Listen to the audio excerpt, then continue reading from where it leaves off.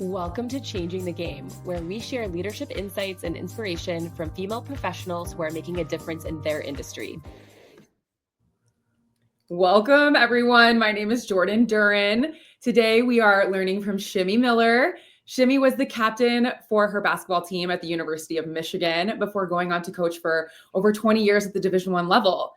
Shimmy has helped her teams to 9 NCAA tournament appearances, including a Sweet 16, and she's developed many WNBA draft picks. She talks hoops for a living as a TV broadcaster and studio analyst for the Chicago Sky and the Big Ten Network. But at her core, she'll always just be a kid from Flint, Michigan. Welcome, Yes. Shimmy. Thank you, Jordan. That was awesome. Thank you so much. Of course. Thank you for joining us today. I am so excited to get into this conversation. Shimmy and I just had a really fun connection before we hit go live. So I've just got like a ton of residual excitement going into this. Lots of good vibes today. So before we get too much, we'll definitely get into that in the episode because I'm so excited for you, Shimmy, where you're at in your life right now. But what were you like growing up? Give us a little bit of a background. Can you share maybe an experience or two that just really helped shape the leader that you are today? So like you said, I am just a kid from Flint, Michigan. Like everyone else in Michigan in the 70s and 80s, my mom worked in the shop. She worked for General Motors. So I was raised a lot, a lot of time with my older brothers. They were 10 and 11 years older than me. And I just wanted to follow them everywhere, do everything with them. But I was a good kid. Like I never got in trouble, Jordan. And I think it was because, the influence of my brothers always watching me. My mom was very, very strict. She worked a lot. So we had, she didn't want me to get in any trouble. But I will tell you, there was one moment where it really it was a defining moment for me where it shaped who I wanted to be. It was the first time where I really kind of came to a crossroads. Like, who do you want to be? Do you want to go this direction and end up spending the rest of your life in Flint, Michigan, like everyone else? Or do you want to go in this direction? Do you want to get out of here and want bigger and better and more for yourself? And it was when I was in high school. I think I was a sophomore or junior. I got in some trouble. And usually my mom would have punished me. But instead, she made me write a paper. She made me write a paper on the difference between being a follower or being a leader. And if I wanted to be a leader, then the steps that I needed to take to move in that direction. It was a 10-page paper. To this day, and my mom passed away about 1.5 years ago, I never asked her, and I wish I would have, why did you have me write a paper? Because it wasn't like my mom was this great, like, she'd like dropped out of high school. Like, she wasn't this great, like, academician. Why would you have me in that moment write a paper instead of just punish me like you had always done before, like ground me, take away my phone, whatever. But I'm glad she did, because as I'm writing these words, I realized where I was heading, and I was being a follower. And I ended up reevaluating my friend group, really got serious about my athletics and school. I got the college scholarship to Michigan. I went to University of Michigan, graduated, went and played professional basketball in Europe, and I'd never looked back. I've never even lived in Michigan after that. That is an amazing life lesson. I think that's so cool that she had you be so introspective in that moment and really like created a fork in the road for you. Yeah. I don't even know where the letter is. I wish I don't even know where the letter is. Like, you still have that. Like that. No, I gave her and I have no idea what she did with it. Wow, how impactful. Yeah. That's definitely a defining moment. That's so cool. I mean, you do have such a commitment to, you mentioned like you haven't been back since after you graduated, but you were awarded a community award, right?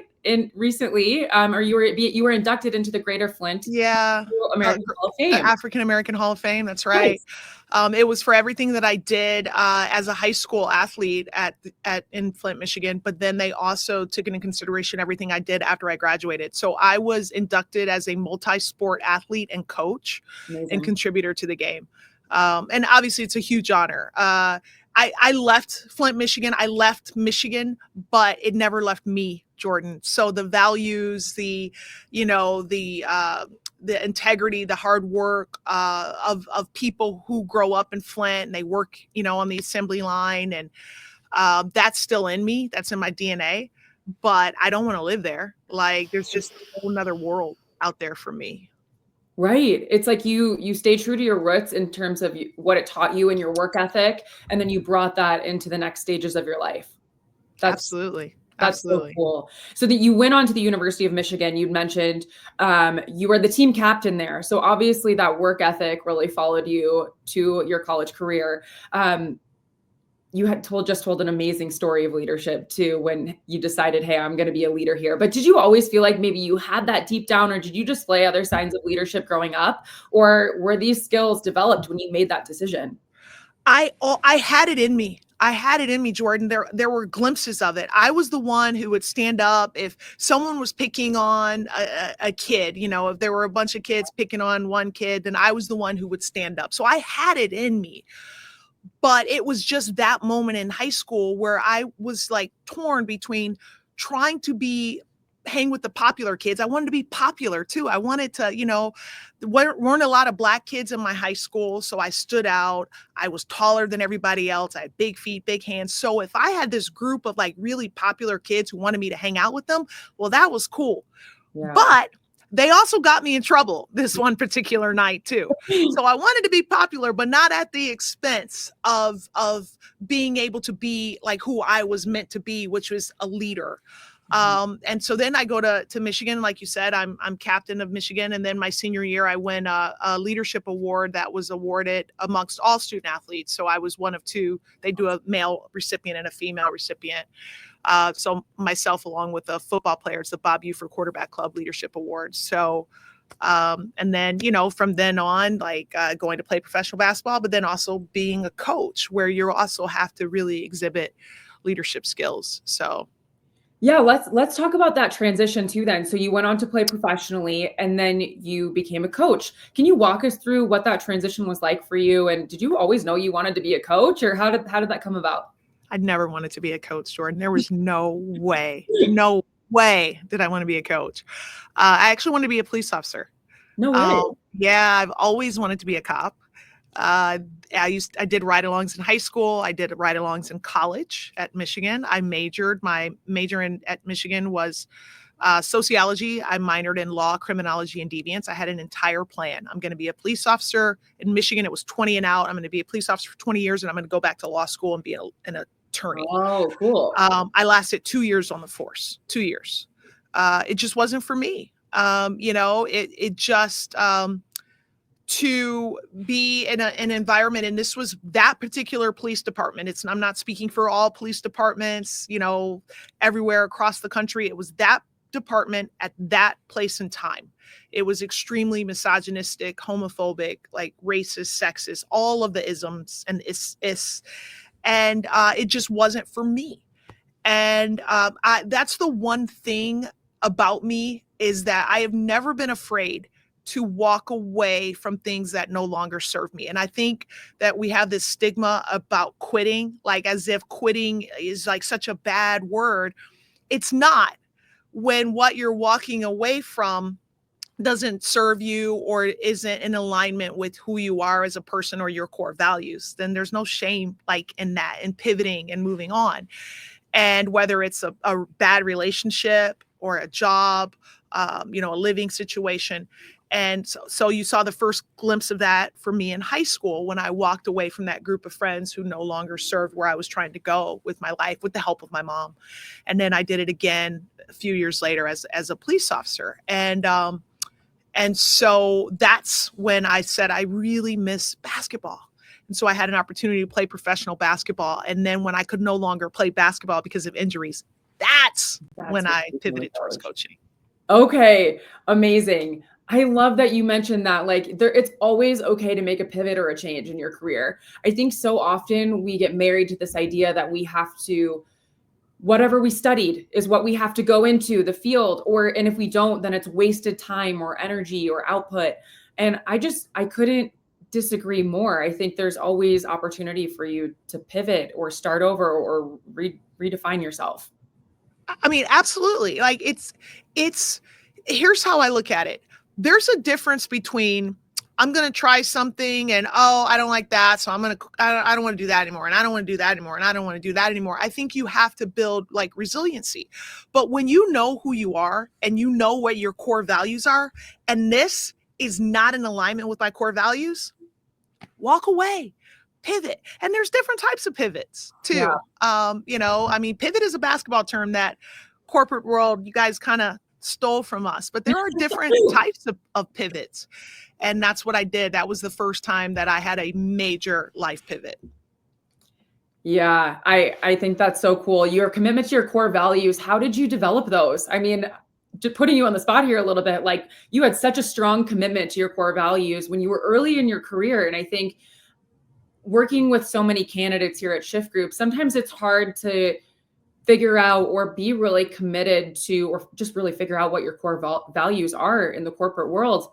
How did you develop those so early and say, you know what, I deserve more, or I'm going to go figure out the next step, even if it's a little bit unknown? I think a lot of it came from my upbringing. I will refer to Flint, Michigan time and time again. It is so a part of my DNA. The hard work, the work ethic, the culture, the sense of community, of helping one another. When my mom was on the picket line, there was a time General Motors went on strike, and those that picketed, we got $100 a week. Like that was it. And you still had to pay, rent or mortgage or car notes, whatever. And that was the first time that I was part of a community that chipped in to help, whether it was people bringing us groceries or letting us stay at their home when our electricity got turned off, but there are just certain, parts of my character that was developed through Flint, a very strong sense of like what's right and what's wrong. Some of my other core values, so I was able to narrow it down to 3. So I'll just start with there. My core values in life are presence, truth, and joy, PT and J. And I want to show up like each day, like prepared and engaged. I want to be where I am. There's nothing more important to me than right now. There's nothing less important to me than what's going to happen tomorrow or what happened yesterday. Truth, I want to walk in my truth. I want to live in my truth. I want to share my truth. I want my truth to inspire other people to live their truth. And that was like hard. Because I spent a lot of my time professionally, like knowing that I was gay, but spending it in the closet because of professional reasons. I'm afraid that I'm going to get fired, or I'm afraid that, I'm going to lose friends, or I'm afraid of this. And so that part, the T in my core values, that probably took the longest to develop and to take ownership of. And then lastly is joy. I think there's a difference between being happy and living with joy. I think joy is consistent. That's, you spread joy, you have joy in what you do. You find gratitude. I think gratitude is rooted in joy.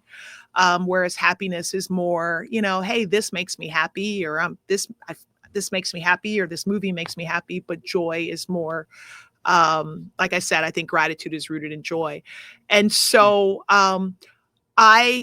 once I figured out what my core values were, and I did that with the help, I took a lot of tests. And then I also have a circle of people. And I said, hey, I think my core value is, transforming others, or I think my core value is this. And they're like, no, not really. That's not you. So it was a lot of getting feedback from people. Like I said, I took a lot of those professional tests. And then I narrowed it down to these 3 things.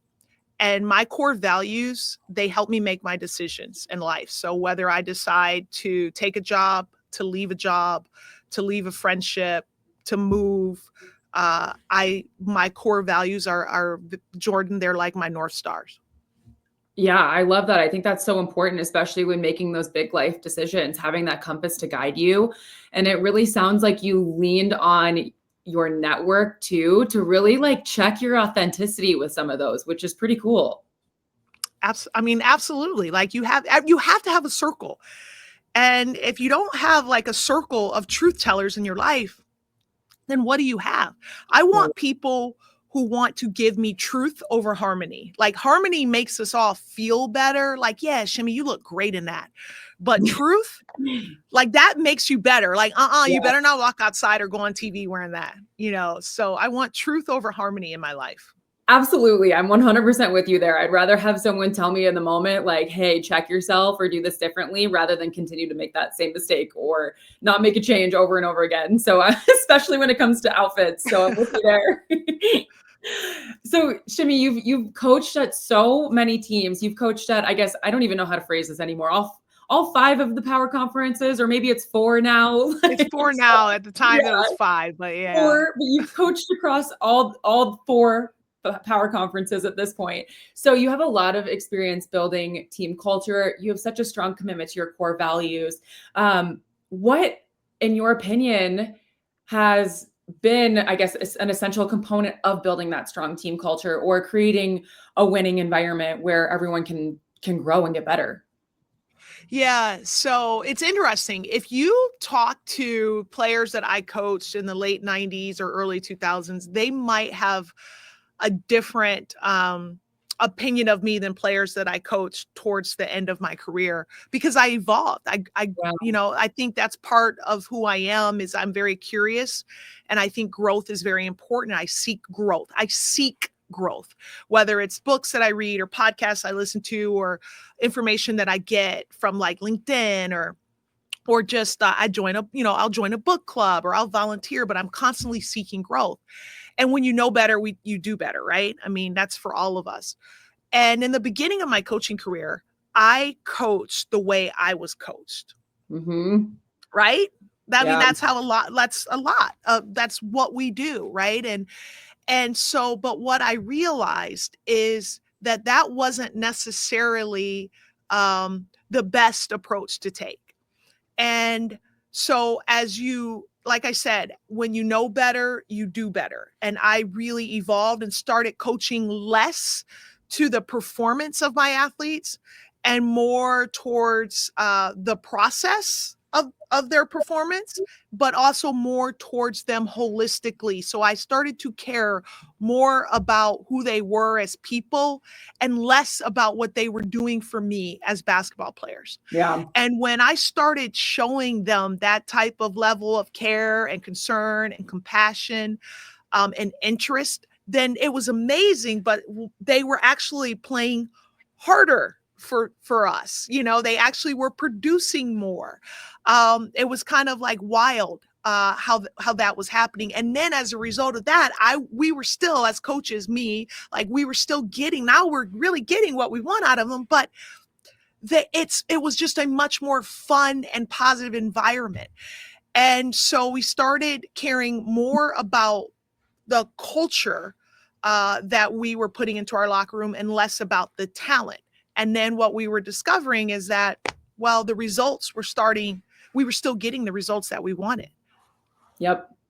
I am such a huge believer in that. I'm just like, that's music to my ears. I mean, I remember in my athletic career, I played harder, and I don't think it was like a conscious choice, but it was just, I know that the coaches who cared about me as a person, and I knew they wanted me to excel, not only in volleyball, but life, those coaches made me believe in myself. Yeah. They made me work harder. And then in turn, I performed better. Yeah. Because I felt that at the end of the day, my value wasn't based in how I perform during this match. My value is based on my ability to be a good teammate, my ability to make others better around me, and to learn skills that are going to continue to propel me through life. So, I mean, absolutely. When you say that, Shimmy, like, it reminds me of the coaches in my life that had such an amazing impact that I still think about, especially in my, I'm coaching at shift groups. So helping candidates, like those, how they made me feel still stays with me into my adult life. So it just means a lot hearing that. Yeah. I mean, it's amazing. Like you treat people like people, and the results, you will get the results that you want. And my last few years of coaching, probably the last 10 years of my coaching career, were the best. And those are the players that I have the best relationships with. And and that I had the best experience and ultimately also the most success. Yes. I think just when you build your players up like that, when you believe in them as people, I think it really does address like that. I want to segue kind of into your work as a mental health liaison. So Mm-hmm. you are a mental health liaison for the University of Minnesota women's basketball team, the first one ever, right? Or Right, correct. You are yes. correct. Yes. Yeah. So I think the mental health piece of the game is so important. And I love that it's being emphasized more. It was not emphasized as much even when I was playing over 10 years ago now, which is like so sad to say. But so it's, I just want to ask you, like, what challenges did you see your athletes facing? And how did you really help to address those and help them perform at a higher level and also just believe in themselves as people? My interest in this came as a result of a player that I coached when I was a head coach at St. Louis University years ago. And unfortunately, she did die by suicide. But she was struggling with her mental health, even as when she was early as an athlete. And she ultimately lost her battle. But she really made me think about the pressures that these young people like are under, and the support that she was not getting from her family, because her family was very like, you got this, shake this off. And so I had to become a safe space for her, even though I was the one who really like needed her to, perform for me. But like I said, it really became less about her performing as an athlete and more about her excelling as a human being. And she is the one who really made me start to do research, do homework, dive into as much, as I could. I was able to bring in a sports psychologist to work with our team. We had no budget for it. I had to pay for this out of pocket, but to bring in someone. Now, you fast forward, I think that was 15 years ago. You fast forward now, most athletic departments have 1, 2, or maybe even 3 sports psychologists that work with teams. It's not enough, Right. because you're talking about 22 sports teams. I believe that every sports team should be assigned their own sports psychologist or sports performance coach or therapist. We have for a women's basketball, you look at a women's basketball staff of a major conference, it's ridiculous. They've got 5 assistant coaches, a full-time strength coach, full-time trainer. They probably have 2 or 3 GAs. They have a director of basketball operations. They have a video coordinator. They probably have a social media manager. They have like 11 or 12 full-time people in their staff, but yet they have to share a sports psychologist with like 6 other teams. So their athletes might be able to get in. Maybe they make an appointment. They might be able to get in a week from now, right? That's not good enough. So when I worked at the University of Minnesota, I worked for an amazing head coach who allowed me to like I brought this to the table. And so what I would kind of do is I would work with a sports psychologist, and then I would kind of filter their concepts, their ideas. They would kind of tell me what exercises to do, what team building we should do. And then so I would filter that into our daily practices. So every Monday we had mindfulness Mondays, because we decided that Mondays were the toughest days for our athletes. We had games on Thursdays and Sundays. Oh yeah. Mondays, they might have missed a lot of class the week before with travel. Mondays might be a heavy class day for them. So we took mindfulness Mondays, and we would start each practice with just meditation. Usually I would teach a lesson that came from Michael Phelps or Kobe Bryant or Simone Biles, and so I'm teaching in these lessons, we're teaching different practices, breathing, meditation, visualization, so we're just teaching different lesson each Monday, but we meditate, and that's how we would start practice. Mondays would be our best practice of the week, because we would start practice with just fresh, clear, clean. We also started giving our players mental health days. So you get 2 mental health days a season where no questions asked. You're going through something, you broke up with your boyfriend, or you got a heavy load, or you just woke up really, really heavy. You're just not feeling it. You just send a text and you just say, hey, I'm taking a mental health day today. No questions asked. Mhm. Yeah. And then our staff, it was amazing. But then our staff started calling in and saying, hey, I'm taking a mental health day, which I thought was awesome. So just we would do different team exercises when we were on the road, but it just became a safe space. And then the number one thing that we prioritized was a psychologically safe locker room, where you would feel safe to speak up, safe to use your voice. We built trust. Everything we did was based on trust. Yeah. And so it was just, we wanted, we didn't want basketball to be a burden to them. We legitimately wanted it to be an escape for them from what they were feeling with outside. Because I'm going to tell you, Jordan, these athletes today, they have more access to the outside world, but the outside world also has more access to them. Yeah. And they go through a lot, and it's not these kids being dramatic. Young people go through a lot, and then they come into the world after college not knowing how to cope, not knowing how to be resilient or how to handle stress in a positive way.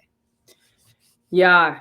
I look back at my time in college playing volleyball, and the world has changed so much in a short time. And you're right. They do have more, everyone else has more access to these athletes. And I think back I think mental health was starting to become a more talked about topic at that time, but man, the skills with the meditation and the visualization and just everything that they have now, making it more accessible is only going to help them as people, but also their performance too, which is incredible. I love that it's on the rise for sure.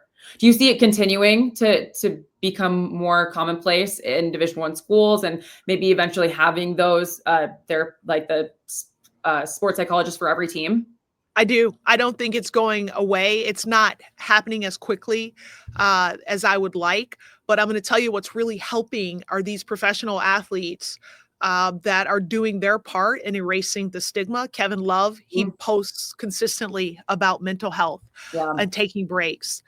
DeMar DeRozan, who plays for the Sacramento Kings, Simone Biles, like it's becoming less stigmatized to talk about your mental health. And so I think we're moving in the right direction, just not nearly as fast as I think it needs to happen. And I also think we need to talk about it more in the corporate settings. Totally.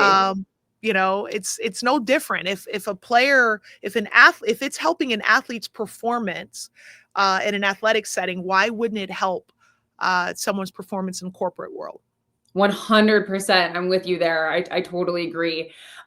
Gosh, Shimmy, I want to extend this episode by another half hour because we're cooking right now. So I have a couple questions that I still want to ask you. Do you have a couple more minutes to I do. Okay. Okay, amazing. So we haven't even touched on your transition into the broadcasting world yet. Yeah. So I want to talk about that before we wrap up.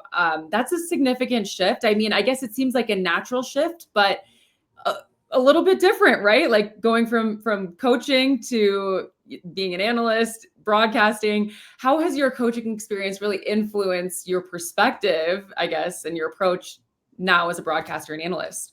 Yeah, well, I coached 24 years in college, and it was just it was time for me to transition out. But this has been very scary for me starting over. But this is what's really helped me is I remind myself I'm not a professional broadcaster. I mean, I get paid to broadcast games, but I'm a basketball coach who's talking on television. And I think there's a difference. I didn't, so that had kind of freed me from trying to be like perfect on air. I think my perspective as a coach kind of gives me a slight advantage over maybe other analysts who just played. I think it's great that we have so many analysts who are former basketball players, but there's a big difference between playing the game and coaching the game. You see the game differently. And so that's how I try to approach each broadcast as a coach. I want to teach the viewers something that maybe they wouldn't otherwise see. That's really cool, especially with the women's basketball game growing so quickly. I think I just love that's your perspective. Like, hey, I'm here to teach and create. I think you're creating more fans by doing that. I personally love when I watch a game and I get some of that explanation, especially when it's something that I'm not super familiar with. Yeah, I mean, I'm trying, and I'm working on the whole economy of words. As you can see, I'm failing miserably here. I like to talk, but if I can just explain things in a different way for the viewer, and not so much the obvious, like, oh yeah, that's a great shot. Well, yeah, it was a great shot, but how did she get it off? Well, this is this is what happened before she even took the shot. And then, I've been told that I need to be a little more entertaining on air. They said, the feedback that I've gotten is you're a little stiff.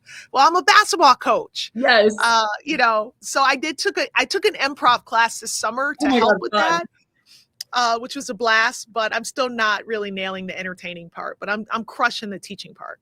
I know you're crushing the teaching part. I know you're going to crush the entertaining part too, because you're so engaging. And that is such an interesting perspective too, just like having to hold in a lot of emotion as a coach. And then now it's like, maybe let it out a little bit more, like be big, be bold. That's cool. That's a different perspective for sure. Do you have a favorite that you've done so far out of player, coach, broadcaster? Is one of those a favorite role, or is it just... No, the one that I'm in is my favorite. I loved playing. I thought being a player, and when I played professionally, was the best job in the world. And then coaching for a living, that's the best job in the world. But now I get to sit courtside. I got to just call a Maryland game the other day, and Maryland's ranked 8th in the nation. And they've got all these great players, and Sarah Williams plays for Wisconsin. Wisconsin wasn't very good, but it ended up being a great game. And Sarah Williams is like going to be an All-American. She's one of the best players and I'm like, I get paid for this. Tomorrow night, I'm calling a game at Iowa. It was Iowa, Nebraska. But I think whatever role I'm in is my favorite role. I love that. I could hear your excitement when you were talking about that. Okay, I want to go even longer, but I will, and to respect your time and everyone listening, I'll wrap up here. I want to get into, you've had such an amazing career. I want to know what's next for Shimmy Miller, and are there any new projects or goals that you're excited about? Yeah, a major project that's probably going to take about 30 years to really develop. But I just became a mom. My wife and we just adopted a baby girl.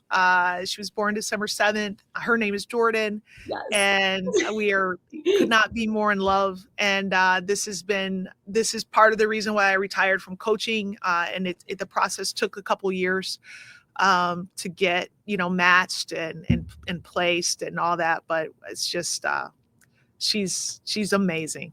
Huge. Congratulations, Shimmy.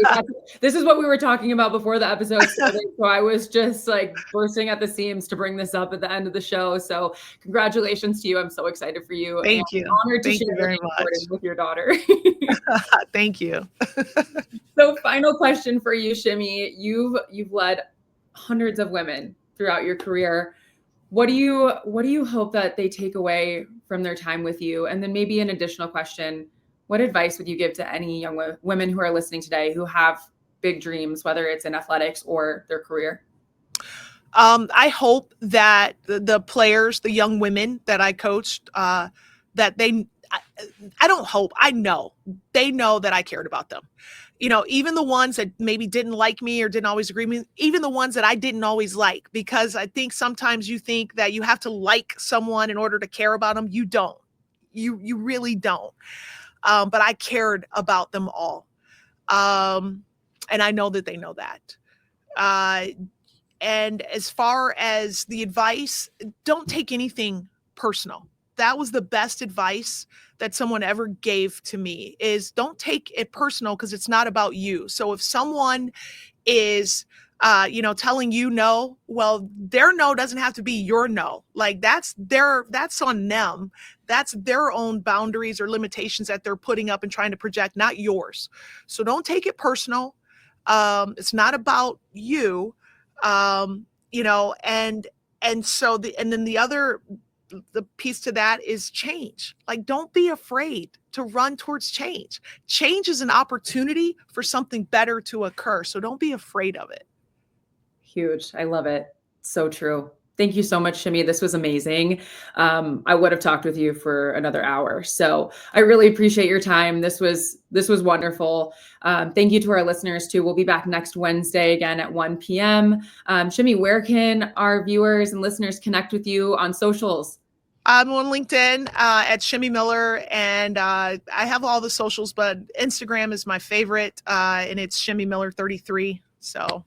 Amazing. Thank you so much. I'm going to tune into Iowa, Nebraska tomorrow. You said you're calling that game. So yeah. I will be listening and tuning into that. So thank you so much again. Thank you everyone for listening, and I will catch you next week.